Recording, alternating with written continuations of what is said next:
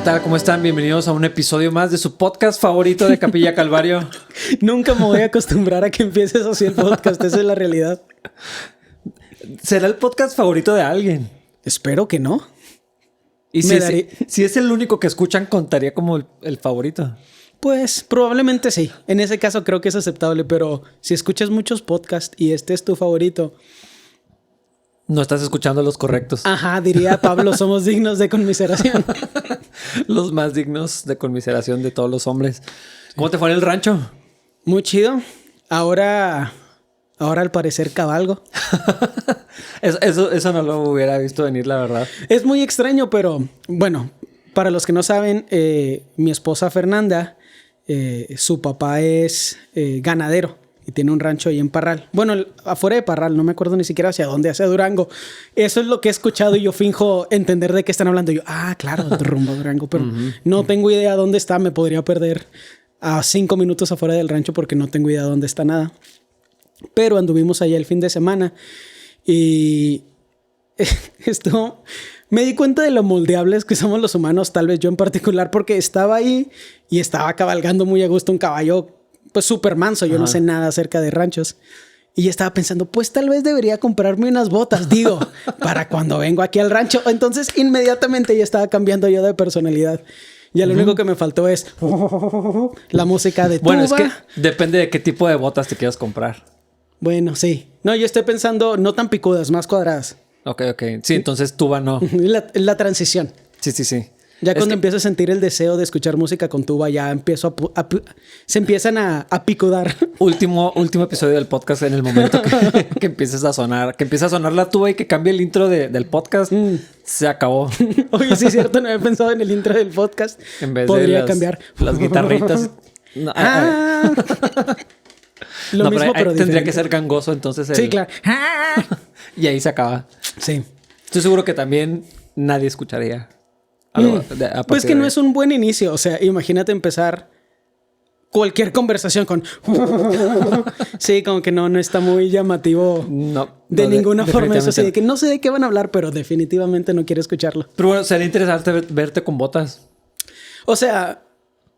Pues que... O sea, también estaba toda la experiencia. El chavo que estaba ahí es buenísimo. Tiene campeonatos en cosas de rodeo y cosas de rodeo. O sea, nótese que no tengo idea ni siquiera cómo se llama eso. Cosas de rodeo, pero tienen que le dan hebillas y dinero. O sea, al parecer, él lo ha hecho algo muy lucrativo. Ok. Porque es muy bueno. Entonces, obviamente, viéndolo a él lazando cosas y los animales y luego... Sí, te antojaba. Empecé a escuchar así música atrás. Me empecé a imaginar el comercial ese de Marlboro, ¿te acuerdas? Totalmente, sí. Y yo sé de que tal vez debería hacer eso. Versatilidad, tal vez. No sé. Entonces voy a empezar con botas así en Parral y luego botas aquí en Chihuahua, pero no me las voy a poner. Y luego ya me las voy a poner todos los fines de semana. Luego voy a venir a la iglesia en caballo. Es un proceso, es transitivo. Mira, hasta las botas está bien. Caballo en capilla, no sé. A menos que sea un campus... en una comunidad rural. Campus El Rancho. Dios te está llamando tal vez a... No, ya hablando en serio, definitivamente no estoy hecho para eso. Me dolió un chorro la espalda porque al parecer no te debes ir moviendo cuando cabalgas. Me fue súper mal, me dolió un chorro la espalda. Tienes que hacer como un steady con el cuerpo. Sí, como que sigues al caballo, porque eso es lo que me decía este chavo, que me motivó un chorro. O sea, él fue el que me convenció de subirme al caballo. Y él me decía, pues me daba recomendaciones y yo así que, claro. Fingías entender. No hacía absolutamente nada de lo que hacía porque no entendía nada de lo que me estaba diciendo, pero cabalgué un rato y ahora me duele la espalda. Valió la pena. Ahora es David que cabalga. Puedes platicar, no, es que cuando estaba cabalgando el rancho... ¿Te imaginas? Es interesante. Bueno, depende con quién platiques. ¿Y en qué tono lo hagas? Sí. Es que en el rancho me dolió mucho la espalda, ¿no? ¿Te imaginas? ¿Puedo convertirme en eso todavía? Todo es posible. Dios nos libre. Mejor deberíamos de hacer otra cosa más. Saludos a mis suegros que espero que no estén viendo el podcast. Mira, por estar platicando al rancho no había puesto el timer. ¿Cuántos minutos hicimos? ¿5? Demasiados. ¿Cuántos van, Dani? Digo, equipo de producción. Que es más de una persona. Como 5. Ok, bueno, ahí más o menos le calculamos. Pues sí, pero hoy sí vamos a empezar a estudiar. Hoy sí vamos a leer la Biblia. Sí. Porque no somos herejes.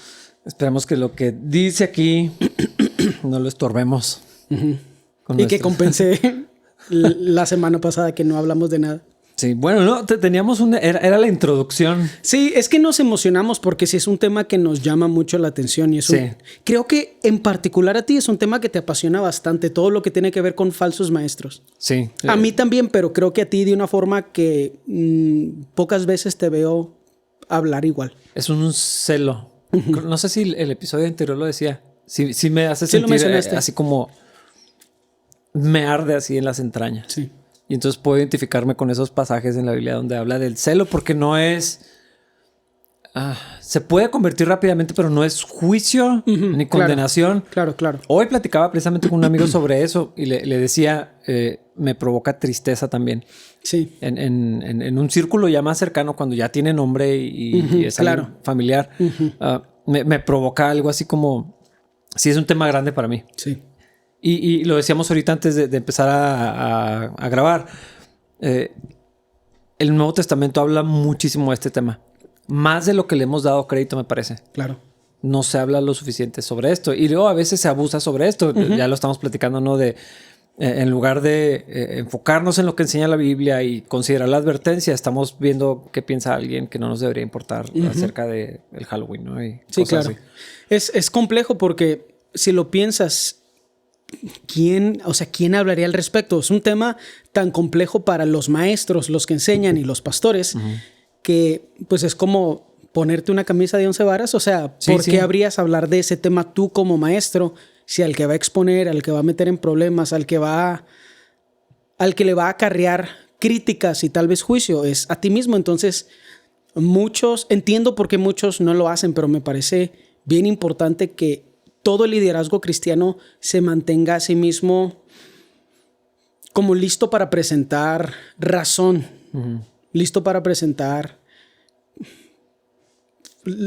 la forma en que están haciendo su trabajo, listos para presentarse ante un consejo crítico o ante la aportación de los demás. Sí.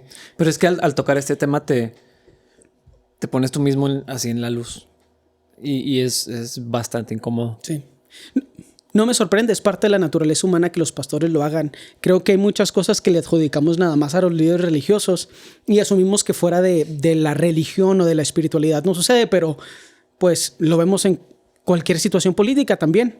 Usualmente es muy difícil cambiar cosas a nivel político porque los que tendrían que votar a favor de cambiar las cosas son los que se verían afectados por el cambio. Entonces, ¿qué diputado va a votar a favor de que dejen de existir los diputados? Claro. Es como cuando el tema del fuero y todo eso, pues... Muy complejo. El afectado es el que te diría que lo juzgues a él. Sí, es un suicidio profesional, tal vez. Totalmente. En algunos sentidos. Pero la Biblia habla de esto, no lo podemos evitar. Y es importante que los líderes cristianos mantengan la verdad por encima de su carrera ministerial. Sí, a riesgo de que al hablar de esto nos estamos poniendo en la misma medida, que creo que es el juicio correcto del que habla Jesucristo, ¿no? O sea, cuando dice no juzguen, no se termina ahí el pasaje. Sí. Continúa hablando de eso y habla más bien es medida justa y de esa manera vas a ser juzgado también. Como midas serás medido, pero eso no implica no midas a nadie, es sé congruente entre tus expectativas y quién eres como individuo. Sí, gloria a Dios por eso, porque ahí es donde Él se lleva la gloria. Sí. Y la poquita gente que es digna de admiración desde la perspectiva humana, termina diciendo es que todo esto es gracias a Dios y la gloria es de Él. Y pues nos vemos bendecidos por vidas como esas. Sí, que así sea. A man and a woman. Ay, no. Excelente. Terrible. Voy a leer los primeros 2 versículos. Yo, Judas, esclavo de Jesucristo y hermano de Santiago, les escribo esta carta a todos los que han sido llamados por Dios Padre, quien los ama y los protege con el cuidado de Jesucristo. Que Dios les dé cada vez más misericordia, paz y amor. Me quise detener para platicar el nombre de Judas. ¿Conoces a alguien que se llame Judas?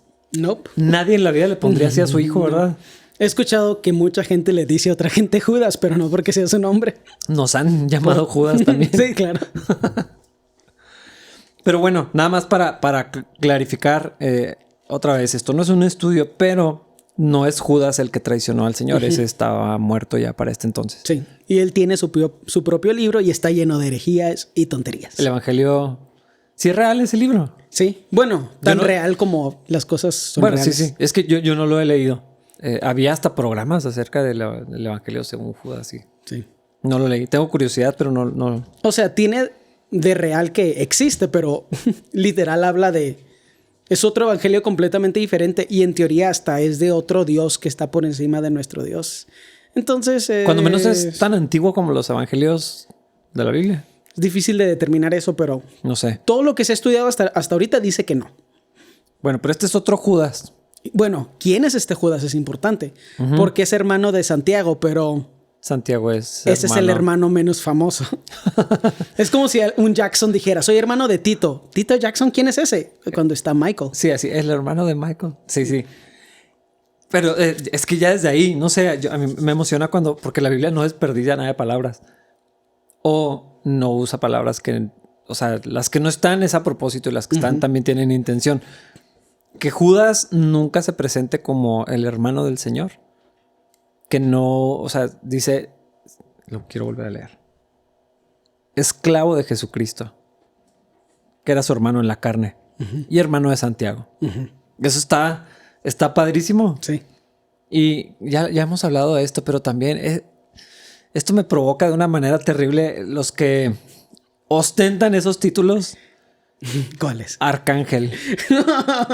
Sí existe eso, lo inventamos nosotros porque como... No, es real. Yo encontré a varios arcángeles en Facebook. O sea... ¿Cómo encuentras arcángeles en Facebook? Con todo el morbo del mundo. Buscándolos así los encuentras. Sí. O sea, literal, porque yo no podía creer que fuera cierto. Bastante conflicto. Estaban conversaciones públicas, por cierto, con otros pastores y con personas acerca de lo que creemos de el ministerio o el rol de apóstoles y profetas. Claro, sí. Y está clarísimo que se ha abusado de eso. Si tienen lugar o no, está sujeto a debate, eso lo puedo reconocer. Pero el abuso es evidente y es terrible, es vergonzoso lo que se hace ostentando un título de apóstol. Yo lo pondría en una segunda categoría de profeta, porque me parece que los apóstoles son los que han hecho cosas peores. Estoy pensando uno en África, otro de Guatemala y varios así, claro. Bastante conocidos. Pero como si eso no fuera suficiente. Y ya no hay palabras, o sea, ya no hay más títulos, entonces pues se usa... Arcángel está muy Arcángel. Bueno. Salmista todavía, digo, bueno, pues... Salmista está muy noventero, la neta. Todavía se usa, pero sí, es muy de los 90s. Pero Arcángel. O sea, eso habla nada más con el título que se auto-otorgan. Creo que te dice para dónde van las cosas. Sí, claro. Y entonces el extremo opuesto me parece que lo encontramos en Judas. Esclavo de Jesucristo.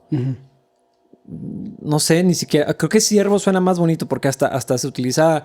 como un título de honor. Ajá, sí, claro. Ahora dentro del mundo espiritual, claro. Siervo. Bueno, del mundo religioso, sí. El siervo del Señor. Ajá. Entonces todavía podría a lo mejor tener una connotación un poco más noble.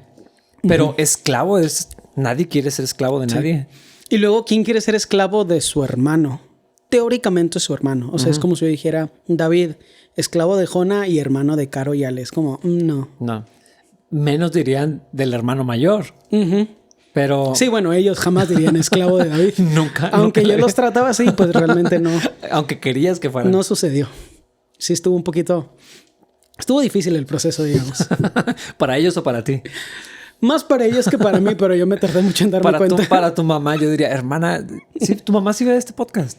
Creo que sí. Siempre hablamos, o sea, o aparece tu mamá, pero no sé si lo ve. Hermana, le tengo mucho respeto. ¿Por mí? Muy buena, o sea, matando dos pájaros de un tiro. Dándole un cumplido a ella e insultándome a mí. Excelente, excelente. Sí, pero a mí me parece bien interesante la idea de la humildad cuando no es necesaria. Porque usualmente la humildad nunca es necesaria, pero a veces no tenemos otra opción social.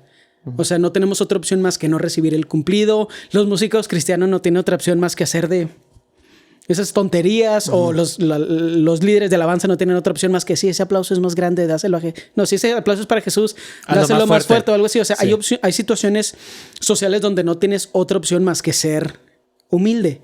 Pero la humildad no requerida, a mí se me hace que es la verdadera humildad, donde alguien que tiene el as bajo la manga, el mérito, el diploma de ser hermano en carne teóricamente de Jesús, dice, soy esclavo de Jesús y hermano de otra persona. Ese tipo de humildad se me hace bien interesante porque tiene la plataforma y en teoría también tiene, no sé cuál sería la palabra, pero tiene como el certificado que... Sí, pues la autoridad. Pues sí, y que lo avalaría desde la perspectiva humana, pero él quiere otra cosa. Sí. A eso, o sea, a eso aspiro y a eso creo que deberíamos aspirar los cristianos, a no abusar de la autoridad que se nos es dada o de los, dicen los gringos como acolytes, como de los premios y los beneficios. Sí. Y no, o sea, nada más decimos, somos esclavos de Cristo y pues amigo del pastor. Sí. Este es mi hermano, esta es mi familia. Sí, a mí los saludos por lo general son un protocolo cuando los lees, ¿no? Los estudias. Sí, claro.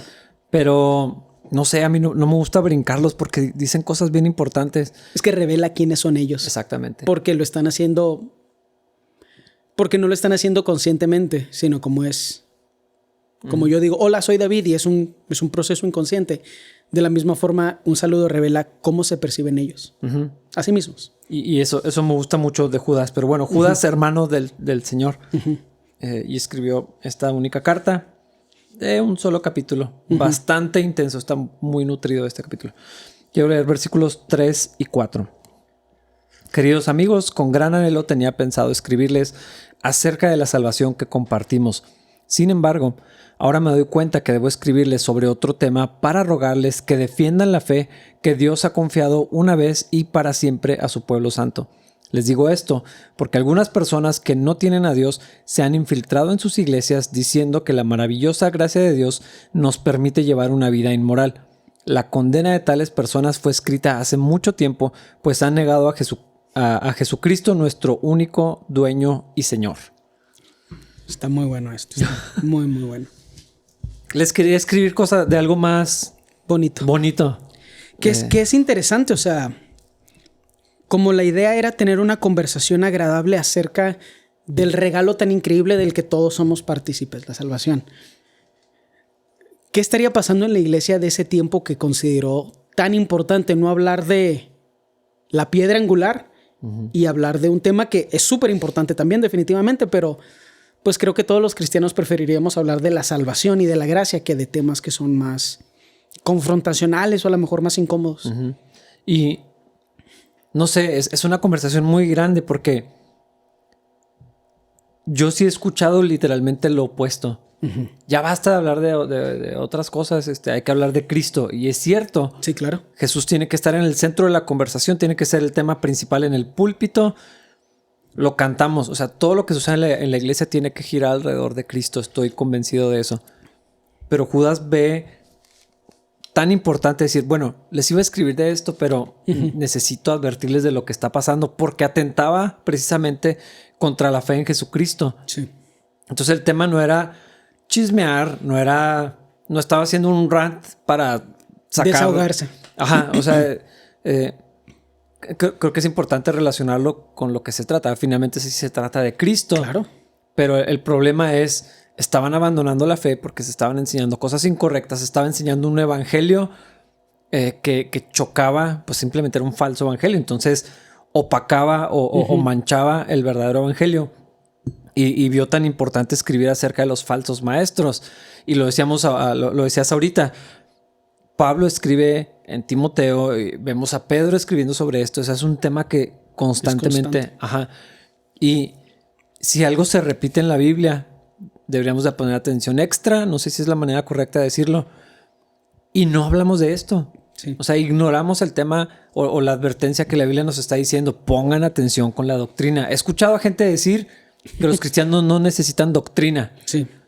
Cuando el Nuevo Testamento hablando de la iglesia de Cristo, insiste, cuida la doctrina, cuida lo que enseñas, cuida con las falsas doctrinas, cuidado. Hay que proteger a las ovejas de los lobos, que son falsos maestros, porque traen doctrinas de demonios. O sea, es un tema bien importante. Sí, y creo que mucho viene del... A veces como cristianos somos reaccionistas, no sé si esa sea la clasificación correcta, pero creo que la iglesia por tanto tiempo se apartó del mensaje del evangelio, que en una reacción que es moral en vez de que sea guiada por el Espíritu Santo, dijimos, ahora todas las enseñanzas tienen que ser evangelísticas, y también eso es incorrecto. La enseñanza tiene que ser lo que Dios, a través del Espíritu Santo y a través del contacto con la palabra, dice que sea cada fin de semana. Ningún humano debería de determinar cómo debe de ser la enseñanza. Porque hay una religión de la que nosotros, la mayoría de nosotros, ya no participamos, donde se hace eso. Nosotros creemos algo diferente, y creo que en este versículo, en el versículo 3 en particular, se habla, o sea, nos da un ejemplo de eso. A mí no me gusta la idea de crear un esquema de cómo se debe de enseñar. O sea, de que todo tiene que ser evangelístico o todo tiene que ser doctrina de las epístolas paulinas. O sea, no, ¿qué es lo que quiere el Espíritu Santo que enseñes? Por eso me gusta tanto el modelo de verso a verso, porque lo hace más fácil y pone en las manos de Dios todo esto. Pero aquí Judas dice, ahora me doy cuenta que debo escribirle sobre otros o sobre otro tema. Y a mí esa frase en particular me llamó mucho la atención, porque pues tú que enseñas constantemente, y a mí que me ha tocado enseñar algunas veces, a veces preparo algo y el tema más pequeño que iba a mencionar de una forma pasajera se vuelve el enfoque de la enseñanza. No estoy cambiando el mensaje de la porción bíblica, sino simplemente Dios en el momento, a través del poder del Espíritu Santo, que no es algo místico. O sea, no sé cómo describirlo. Se vuelve obvio que la comunidad a la que le estás enseñando, a la que le estás hablando, necesita otra cosa. Y a veces te preparas con mucha información de otro tema y terminas hablando del tema que tal vez menos preparaste. El que pensabas que era el menos importante. Ajá, pero eso es lo que hace el Espíritu Santo, y creo que eso es lo que le está pasando a Judas. Dice, ya estaba empezando a escribir o ya le estaba dictando al escriba, y a la mitad del proceso dije, ¿sabes qué? No, tengo que hablar de este tema. Y eso es algo importante. Otra vez, los cristianos necesitamos dejar de pensar de forma binaria en cuanto a lo que es legalista. Es que no me gusta porque nunca tiene aplicación a la vida cotidiana. No me gusta porque no es evangelístico. No me gusta porque no dice nada del griego y el hebreo y el arameo. Escucha. Tu opinión no es importante en este momento. Estás escuchando la palabra del Señor. Respeta la voz del Señor en la persona que tú decidiste te iba a enseñar, porque en esa iglesia estás, porque nadie te obligó. Y si no crees que ese sea el caso, ¿qué estás haciendo ahí? Pero hay que darle el beneficio de la duda a la otra persona de que el Espíritu Santo les está ilustrando, iluminando. A mí no me gusta usar la palabra revelar porque técnicamente es incorrecta. Les está diciendo, esto que preparaste está muy bonito, te va a servir mucho a ti, pero necesito que hables de esto a la comunidad. Esto es lo que la comunidad, tu gente necesita hoy. Sí. Y gloria a Dios por eso, porque por eso tenemos Judas. Porque a lo mejor estoy adivinando, estoy especulando. Pero a lo mejor si Judas hablara de la salvación, sería innecesario en el canon bíblico y nada más sería una carta bonita que se pierde con el paso del tiempo. Hubiera sido una enseñanza que se compartió ahí con 2, 3 personas, tal vez. No fue casualidad que el Espíritu Santo le dijera a Judas, no hables de eso, habla de esto. De lo que tenía anhelo. Lo volví a leer y dice, tenía mucho anhelo. Como tú has enseñado, sabes, o sea, hay veces está ese tema del que sabes que vas a hablar. En el caso de verso a verso es un poco distinto porque ahí está, pero como que hay algo que ya lo traes y va agarrando forma y vas y dices, sí, voy a decir esto. Esto es lo que les quiero decir a los hermanos. Esto es lo que tengo ganas de compartir y a lo mejor un buen anhelo y a lo mejor el Señor lo iba a utilizar en otro contexto, pero habla de esto porque es importante. Y ahorita que decías de que no todo tiene que ser evangelístico, he escuchado muchas personas que dicen que tiene que ser así. O sea, que enseñes lo que enseñes, tienes que terminar con una invitación al altar. Y si te acuerdas, me parece que es en el libro de Distintivos de Calvary. El pastor Chuck Smith platica de eso, donde él se volvió bueno. Tenía 2 años de sermones, todos evangelísticos. Todos eran evangelísticos. Y luego los utilizaba 2 o 3 años, no me acuerdo. Y luego se le acababa el material y luego se tenía que ir a otra iglesia y así. y dice es que no había crecimiento. Y entonces el Señor lo fue guiando de diferentes maneras y se topó con un libro de Primera de Juan, me parece, y lo empezó a enseñar expositivamente. Y le tomó muchos domingos y luego siguió con Romanos, alguna cosa así.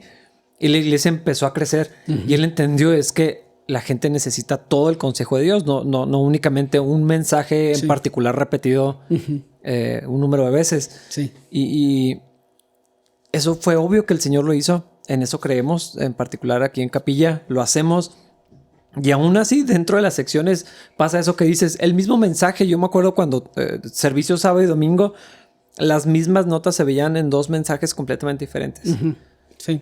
Y eso no solo es el defecto humano, es el Espíritu Santo. Sí. Pero me parece importante que entendamos la soberanía o la supremacía del Espíritu Santo en nuestras vidas. No es misticoide, no es una vocecita así que te susurra con el viento. No aparece una rosa, quién sabe dónde. No es exclusivo también de unos cuantos. Sí. O sea, no es algo guardado especialmente para los ungidos. Eso no existe. No, de ninguna forma. Porque a mí me ha pasado. Y a mí lo que me gusta es que hay algunas veces que me preparo tanto en un área que Dios lo que quiere es sacudir mi orgullo. Y me dice, qué chido que preparaste eso, pero ese no es el tema. Y yo, Le dedicaste muchas horas a esto. Bueno, pues. Sí. Y así de que estoy haciendo notas así de que 15 minutos, por favor, Señor, que no me dejes decir herejías, porque eso es algo que pasa cuando... No es que el Señor te cambie el tema de último momento, o al menos a mí no me pasa así. A mí lo que me pasa es que decidí conscientemente no tocar el tema o desenfocarme de lo que Dios quería que dijera y estoy 15 minutos antes de la enseñanza de que, por favor, Señor, no me dejes decir ninguna herejía porque no me preparé con tiempo, porque pensé que otra cosa era el tema, porque no escuché la voz de Dios en el tema. Me pareció obvio y empecé yo solo y así Dios me dio un latigazo así al último momento de ándale. No. Nadie es tan inteligente como para procesar la palabra del Señor sin la guianza del Espíritu Santo. Sí. Por eso hay gente que la ha leído completa varias veces y no han sido transformados.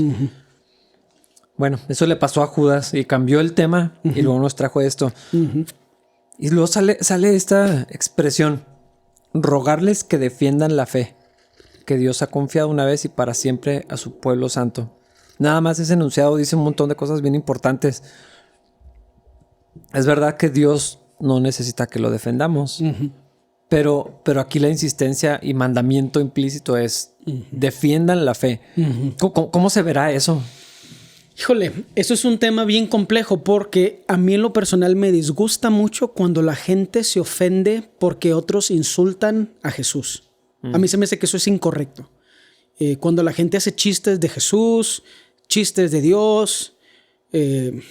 Películas en Netflix. Películas en Netflix de que Jesús era homosexual o algo así, ¿no? Sí. Salió algo así.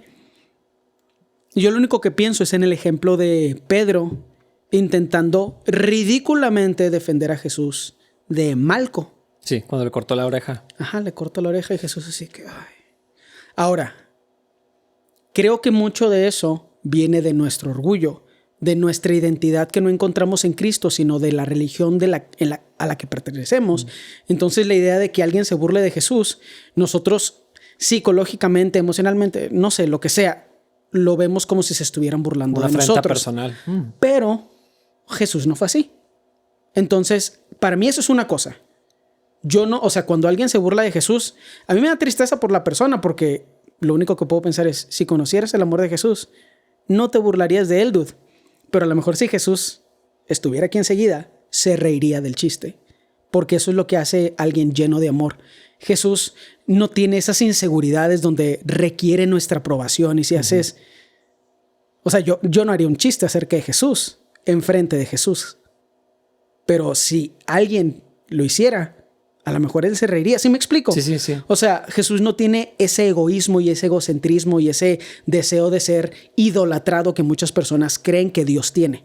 Entonces, nada más el humano proyectándose en la imagen de la divinidad. Cristo no es así. Esto es otra cosa. Defender la fe es otra cosa que no tiene nada que ver con defender el honor de Jesús. Con ofendernos por lo que dicen de Cristo. Esa mala comprensión se utiliza mucho por sistemas económicos, políticos, sociales para abusar de lo que creemos es Cristo y para transformarlo en algo religioso que es destructivo. Y podríamos hablar de muchas cosas históricas al respecto, pero el punto es, no necesitamos defender el honor de Jesús. O sea, Jesús dio un claro ejemplo, se lo dio a Pedro cuando alguien lo intentó defender. O sea, creo que eso es innegable. Jesús le dijo a Pedro, ¿tú crees que si yo no quisiera, no estaré que una armada de ángeles y todo esto sería el carajo? No lo dijo así, estoy... Versión David Sepúlveda. Pero este es algo... Pero esto es algo increíble. A veces nos enfocamos tanto en querer defender la imagen de Cristo que no defendemos la fe y el mensaje que Él nos dejó.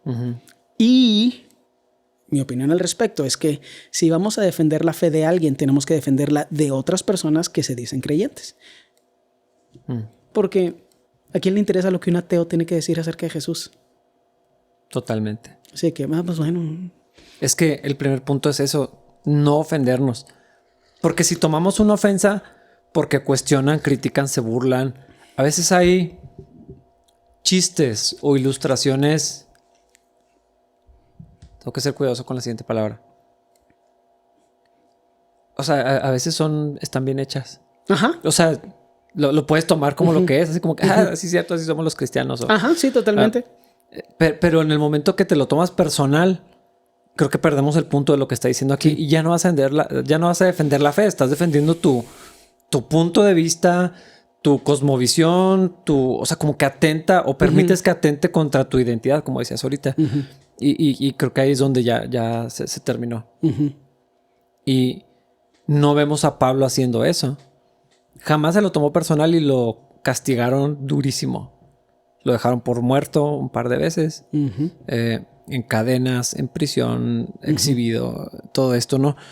Pero se nos ordena defender la fe, argumentar a favor de la fe y creo que los cristianos tenemos que meditar qué significa esto para nosotros. No significa ponernos a pelear en Facebook o en Twitter con personas en conversaciones interminables. A veces podría ser divertido. No, y ese es el detalle. Hay algunas situaciones en las que podría significar eso, pero tienes que checar bien tu corazón, porque lo más probable es que no. Lo más probable es que sea pura basura en tu corazón que estás proyectando en odio hacia otra persona. Casi siempre es una pérdida de tiempo. Y la Biblia habla sobre eso. Es más, creo que el episodio anterior hablamos de eso, ¿no? De las palabrerías, las conversaciones huecas. Sí, Pablo también en 1 Timoteo, en el primer capítulo, dice así que diles que no estén perdiendo el tiempo con esas cosas. Que las eviten. Entonces, las líneas probablemente no son tan obvias si no estamos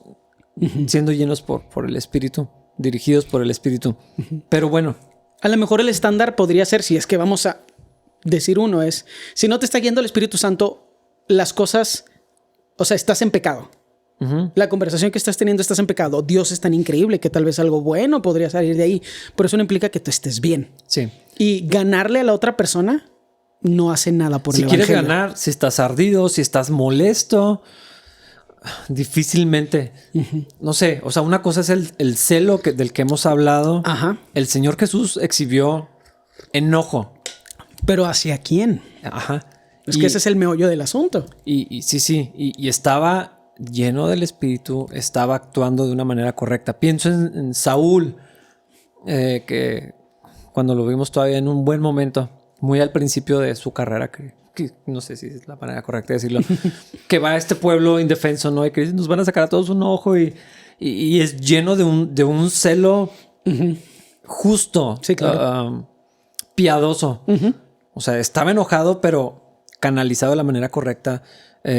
Toda esa fuerza física, toda esa autoridad que tenía estaba bajo control. Y entonces el resultado fue lo correcto. Se hizo algo agradable a los ojos del Señor.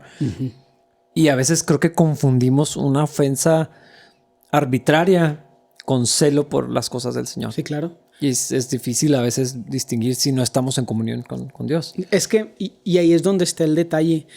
Cuando no estamos en comunión con el Señor, somos más irritables. Y asumir que estamos en lo correcto en nuestro juicio, nada más porque desde nuestra perspectiva moral lo que la otra persona está haciendo está mal, necesitamos asumir que hay algo ahí que es pecado. O sea, que ese no es el estándar de Cristo. El estándar de Cristo es alcanzar a la gente en amor. Pues yo no uso mucho ya Facebook porque ahorita lo que me molesta en Facebook es la incongruencia en todos los argumentos. O sea, no poder terminar un argumento en un párrafo y contradecirte a ti mismo en el párrafo es así como que, ¿qué no sabes leer o qué? O sea, ¿dónde está tu lectura de comprensión, dude? O sea, al final contradijiste lo que dijiste al principio, nada más que no lo estás viendo desde la perspectiva de los que tú consideras tu oponente, pero...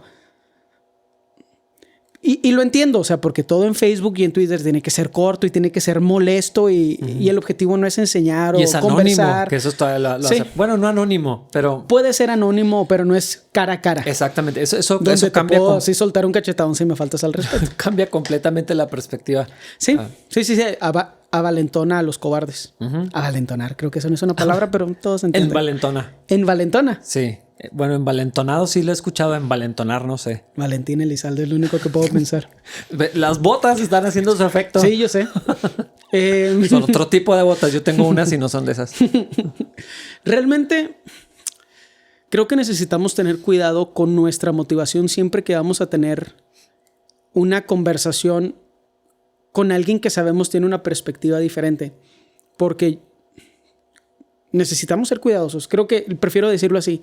Necesitamos asegurarnos que nuestro deseo es que Dios sea glorificado y no que la otra persona sea humillada. Sí, y eso significa a veces callarnos. No es tan fácil.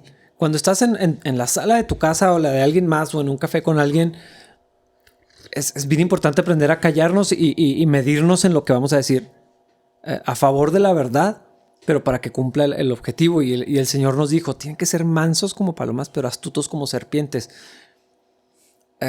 Y la verdad tiene que ser por encima de la paz.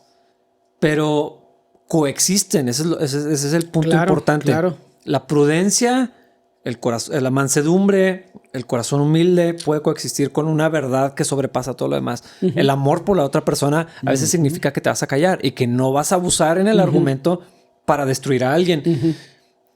Tú estuviste en una ocasión en un foro donde una persona dijo algo, era muy vergonzoso. Pues he estado en varios donde varias personas constantemente dicen cosas que son dignas de vergüenza. Una en particular muy penosa. ¿Sabes qué está triste? Sé exactamente de qué estás hablando. Porque de ese tamaño fue. Dios me ayudó. Tengo que decir que fue Dios el que me ayudó a callarme y aceptar de esa manera una derrota. No era un debate, no tenía que ganar. Sí. Era un foro que es diferente de un debate. Sí. Pero mi orgullo quería salir de decir, si te quedas callado, es como... Estás implicando que estás en lo incorrecto. Sí. Y Dios me dijo, mejor te callas. Pero eso es más como Cristo. Ganar no es la perspectiva de Cristo, porque ser crucificado, nada más en el contexto y desde la perspectiva de Cristo, es ganar. En todos los otros ámbitos no hay mayor pérdida que te maten siendo crucificado, literal. Nada más Cristo puede ganar así. Sí. Y quién sabe, a lo mejor los apóstoles, pero es Cristo ganando a través de ellos. Entonces, entiendo que sea difícil separar estas cosas, pero creo que también necesitamos pensar más longitudinalmente, o sea, más a lo largo del tiempo. ¿Qué significa defender la fe a lo largo del tiempo? O sea, ¿necesito ganar esta conversación hoy, que en mi mente convertí en debate? ¿O es mejor que siembre algo que permita que volvamos a tener esta conversación? Exactamente. Cada vez más honestamente. Yo creo que la mayoría de las veces, y a lo mejor estoy mal en mi interpretación, la mayoría de las veces para casi todos los cristianos, defender la fe es continuamente enseñar la verdad a largo plazo. Y en algún momento será tener discusiones, en algún momento será confrontar, pero el grueso del ministerio de defender la fe, si lo podríamos llamar así, es enseñar lo correcto. Sí. Lo pienso con mis hijos. Están expuestos a cosas que yo no quisiera que vieran ni que escucharan, pero no puedo evitar. Ya me han preguntado de ciertas cosas. Claro. Que hubiera querido no hablar ni escuchar esa palabra en mi casa jamás, ¿no? Pero es necesario hacerlo. Y a veces ha sido un poco angustiante, en particular para Wendy, ¿no? En algunas cosas, así como que, ay, no, este tema no debería estar aquí. Y es como pesado de pensar, están chiquitos, pero nuestro esfuerzo va en lo acumulativo. Sí, claro. De decir, vamos a enseñar la verdad tanto como sea posible, vamos a repetirla, vamos a orar que Dios guarde eso en sus corazones para que eso pese a la hora de cuando venga la mentira o cuando venga el error. Creo que mucho de mi ministerio es enseñar la verdad. Como pastor o pastor maestro, creo que ese es el grueso de mi ministerio en cuanto a esto, ¿no? Sí. Enseñar lo correcto para que eso vaya destruyendo los argumentos que tenemos, porque la palabra de Dios va a renovar nuestra mente. Sí, los argumentos que creamos en nuestra carne, en nuestro resentimiento, en nuestro pecado. Sí. Pero la transformación es espiritual, no es intelectual. Y luego la transformación espiritual crea algo intelectual. Sí. Pero no es al revés. Y no es mi... O sea, la Biblia dice literal que no es al revés. Ajá. Y no es nuestro trabajo derribar los argumentos literalmente. O sea, humillar a la gente para que se calle. O sea, humillar a la gente para que vengan a Cristo. Ajá, eso no va a pasar. Pero la palabra de Dios derriba los argumentos. Cuando yo creo, o sea, esa es mi convicción. La palabra de Dios enseñada continuamente, repetida, progresivamente. Vivida también. Sí. En algún momento eso va a tener un impacto más fuerte. Y en algunas ocasiones tiene que haber confrontaciones directas. Claro. Y cuando cuando he tenido la oportunidad, que ahí es donde digo, bueno, esto es tu culpa porque tú me preguntaste. Esas son las mejores situaciones porque puedes dejar el sable, tal vez no tan pesado como podría ser, pero tan pesado como sea necesario para la situación. Sí. Un amigo, ¿cómo me dijeron ayer? Es que no fue tremendo, no fue rudo, duro, alguna palabra así por ahí la voy a tener guardada. Y le digo, es que tú me preguntaste, yo no lo quería decir, pero tú me preguntaste, entonces ya te dije lo que creo. Sí. Y ahí, bueno, lo dejas y lo te haces para atrás, no sé. Sí, y las situaciones cambian, pueden ser muy complejas o muy simples y la ira nunca hace las cosas más fáciles de ver. Entonces necesitamos ser guiados por el Espíritu Santo y en estas conversaciones complejas se necesita ver el fruto del Espíritu, porque creo que mucho de la manera en que lo estamos hablando ahorita se trata entre cristianos y no cristianos. Y esas conversaciones a mí en lo particular me parecen bien interesantes porque siempre disfruto de que la gente rete mi forma de pensar, porque creo que hay poder en el Espíritu. Hay una renovación mental que nos ayuda a ver, o sea, cambiar perspectivas, especialmente porque el rigor con el que muchas personas juzgan el cristianismo es completamente incongruente con el rigor que juzgan lo que sí creen. Entonces, o cualquier otra creencia. Todo eso me parece bien interesante a mí, pero puedo ver esa parte y puedo separarlo de la persona y no querer destrozarla o humillarla o no verla como tonto o tonta, nada más porque el Espíritu Santo está ahí creando algo. Entonces puedo pensar en la conversación o en el desacuerdo como algo separado del individuo. O sea, podemos tener esta conversación y a lo mejor pues, yo hablo medio fuerte, medio raro. O sea, a lo mejor voy a ser innecesariamente hiriente, pero eso no es la verdad de Cristo. Es mi debilidad, de mi deficiencia como humano. Y puedo presentar dentro de lo que Dios ha hecho en mí un argumento sólido, pero también congruente con cómo estoy diciendo las cosas. Porque un argumento a favor de un Dios de amor que yo utilizo como un mazo para humillar a los demás es incongruente consigo mismo. Me descalifico en la forma en que hablo. Entonces es bien importante que dejemos que sea el fruto del Espíritu Santo el que habla a través de nosotros. No me parece necesario prepararnos para debatir. Me parece necesario conocer la palabra del Señor. Y lo estamos platicando en el episodio anterior. Porque hay gente que estudia, o sea, nunca lee la Biblia, pero se mete un curso de, ¿cómo se llama esa cosa de la gente que pelea a favor? Apologética. Si no lees la Biblia, si no oras, ¿por qué estás estudiando apologética? O en un instituto bíblico si no lees la Biblia. Para humillar a los demás, para ganar. Eso no es Cristo. En la mayoría de los casos, estudiar apologética, no es cierto, estoy generalizando, pero en la mayoría de los casos de la gente que yo conozco, la gente que estudia apologética es gente conflictiva. O sea, gente que necesita, no sé, tener conversaciones con sus papás. Entonces, acerca de... Están afilando su hacha, ¿no? Para... Ajá. Y es así de que, ¿y Cristo dónde está? Ora, lee la Biblia, déjanos ver el fruto del Espíritu Santo en tu vida. Y a lo mejor no vas a tener que estudiar apologética para irte a pelear con gente a quien no le interesa Cristo, pero a quienes les podría interesar Cristo si tu vida se viera como la de Cristo. Mi punto no es, mi punto no es limitar nuestra expresión de Cristo a los hechos. O sea, pues yo hablo todo el tiempo. O sea, claro que en las palabras está Cristo, claro que en las conversaciones está Cristo, pero el objetivo no es humillar y el objetivo no es hacerme de armas afiladas para destruir a los demás. No me parece que eso sea necesario. Donde sí soy, no sé, a lo mejor hasta agresivo, es con otros creyentes. Porque ese es el modelo de Cristo. Eso iba a decir el Señor con los borrachos, con las prostitutas, con los pobres, con los enfermos, con los rechazados. Fue increíblemente compasivo, manso, paciente. Dice que los vio con compasión porque se veían como ovejas sin pastor. O sea, tierno perdidos. En toda la expresión masculina que puede existir esa palabra, ¿no? O sea, la bondad así. Y es que lleno de gracia, lleno de verdad. Es que entendía a la gente como no tiene... ¿Cómo iban a ser? Como entendía el milagro de sí mismo. Decía, es que sin mí, ¿qué otra cosa serían? Y eso es algo que me parece súper incorrecto de la gente que le encanta estar peleándose con los no creyentes, porque niega la eficacia de la fe. Porque si ellos fueran como nosotros, ¿cuál es el punto del evangelio? ¿Cómo te atreves a dejar que te sorprenda cómo es la gente sin Cristo? ¿Cómo te atreves a dejar que te ofenda cómo es la gente sin Cristo? ¿Qué otra cosa iban a hacer? Si la gente puede ser como nosotros creemos que deberían de ser sin Cristo, ¿para qué Cristo entonces? Si la gente es pleitera y siempre está argüendera y peleando, ¿para qué Cristo entonces? Deberíamos de verlos y decir, como ovejas sin pastor, ¿qué necesitan? No que los destruya con argumentos, necesitan a Cristo. Y cuando ese se vuelve el estándar, vemos, bueno, que a lo mejor no va a pelear hoy. Esta es una conversación que vamos a tener que tener como y así, creo que así porque hemos platicado, creo que así lo vemos.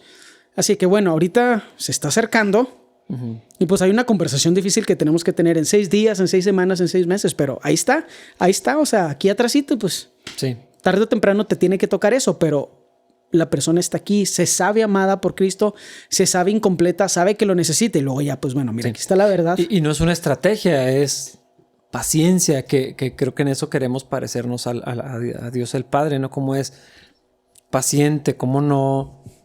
O sea, si Dios fuera de esta manera que estamos diciendo, ya no estaríamos aquí. Claro. Y hubiéramos sido consumidos. Sí. Pero el hecho de que Dios sea paciente, que da otra oportunidad y luego nos busca y todo ese proceso de obtener lo que Dios quiere hacer, espero que nos parezcamos a Dios en eso, ¿no? Claro. Que no sea la agenda así maquinada de... esta para hacerle creer que sí nos interesa, pero ahí le voy, o sea, no. Sí, le voy a soltar el trancazo. Es genuino, ¿no? ¿Sí? Es ese proceso donde Dios nos enseña a callarnos la boca, en particular a los que nos gusta hablar. Yo creo que es un ejercicio así humillante donde Dios así lidia con nosotros para que nos callemos. Sí, que tienes el argumento para contrarrestar el argumento y Dios te dice, te ves ridículo.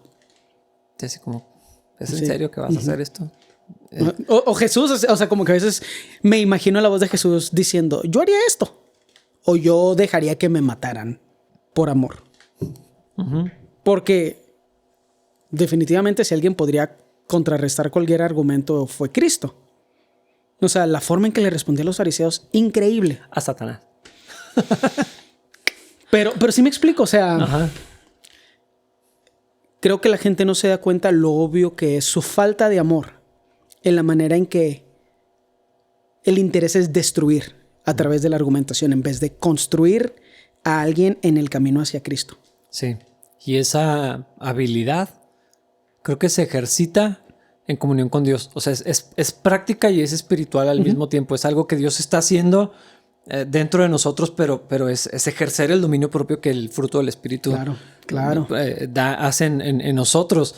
Y es callarte, o sea, y medir y considerar, escuchar. Hijo, es que la Biblia lo dice, claro. Todo hombre sea pronto para escuchar, buenos para escuchar, hábiles para escuchar, y no somos, yo creo que es una habilidad perdida y creo que a veces ni siquiera lo relacionamos con el cristianismo, pero tenemos que ser prontos para escuchar, para poner atención a lo que está diciendo, a las actitudes, al lenguaje corporal, a la necesidad. Y en eso Dios a veces se manifiesta de maneras bien increíbles y te muestra algo que no es obvio en lo físico. Sí.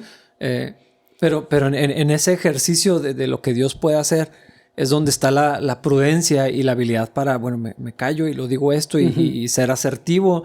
No es meramente intelectual, es lo que quiero decir. Totalmente, es espiritual y creo que conforme más lo ejercitas, como lo decías, a un nivel espiritual, empiezas a encontrar una compasión que no habrías encontrado en otras situaciones, porque me ha tocado, y a ti te ha tocado, estar en interacciones bien agresivas con gente que se cree bien agresiva y luego te das cuenta, o sea, no quiero decir que te burlas de ellos, pero se parece a burlarse donde dices, ay, no estás engañando a nadie con tu ateísmo superficial. Y como quiera, no lo dices. Y te ríes con la persona y lo amas y lo invitas a comer y es más molesto que comer con mi esposa.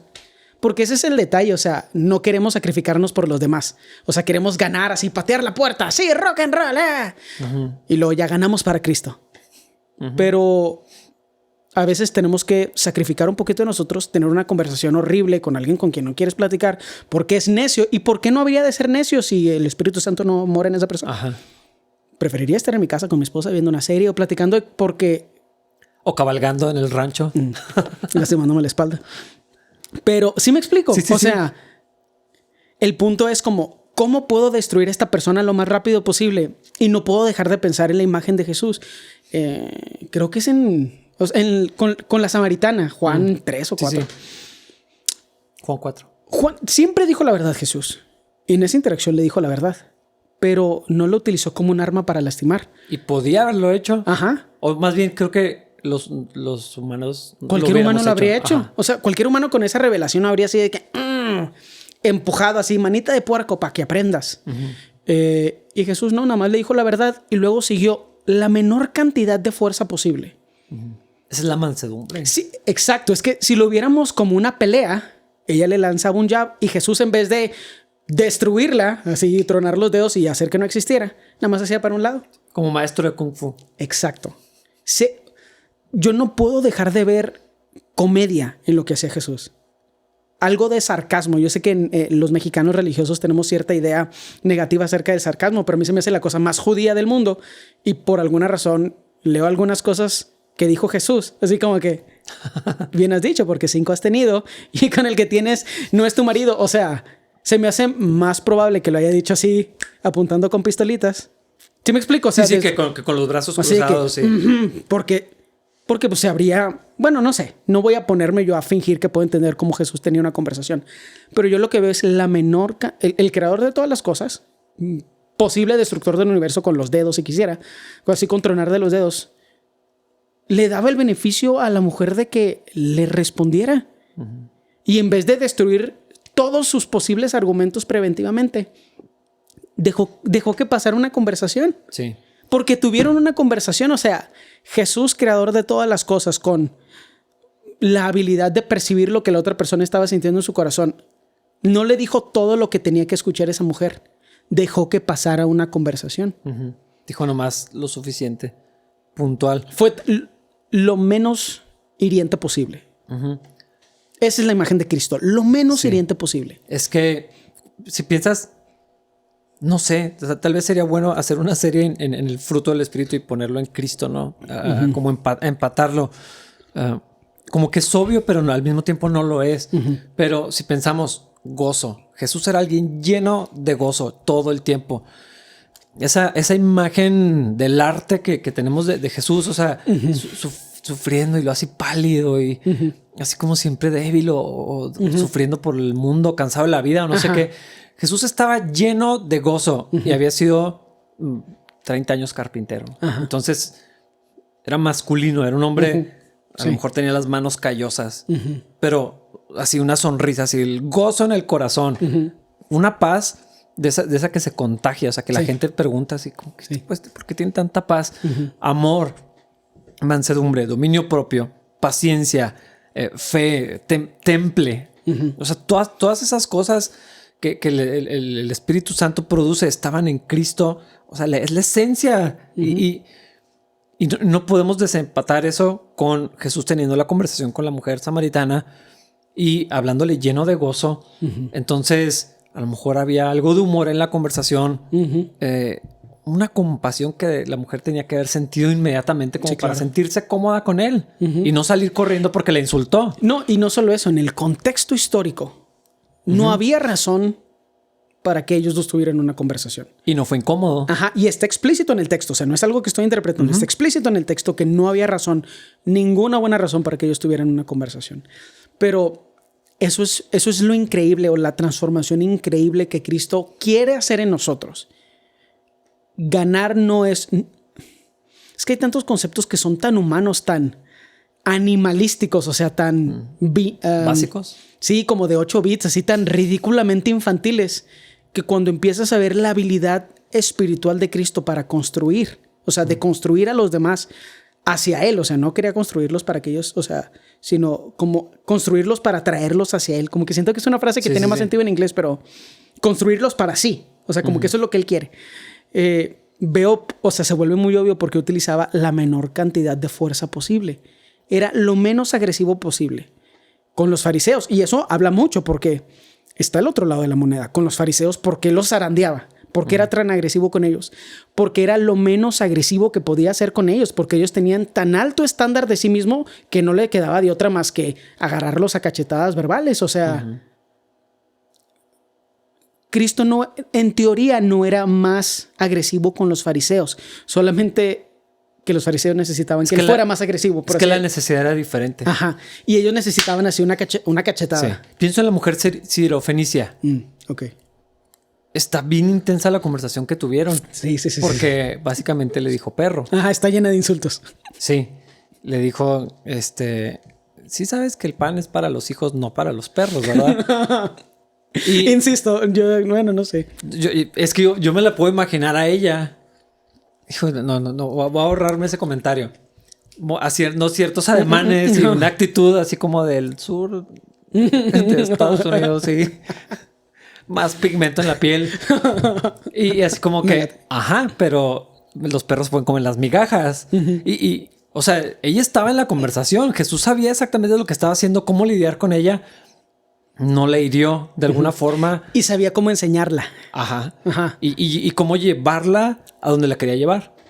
Jesús ya sabía que así, pero quería sacar eso de su corazón y... Humildad, vato, porque eso es lo que significa esa frase, humildad, así de que yo soy un perro, pero hasta los perros se benefician. Sí.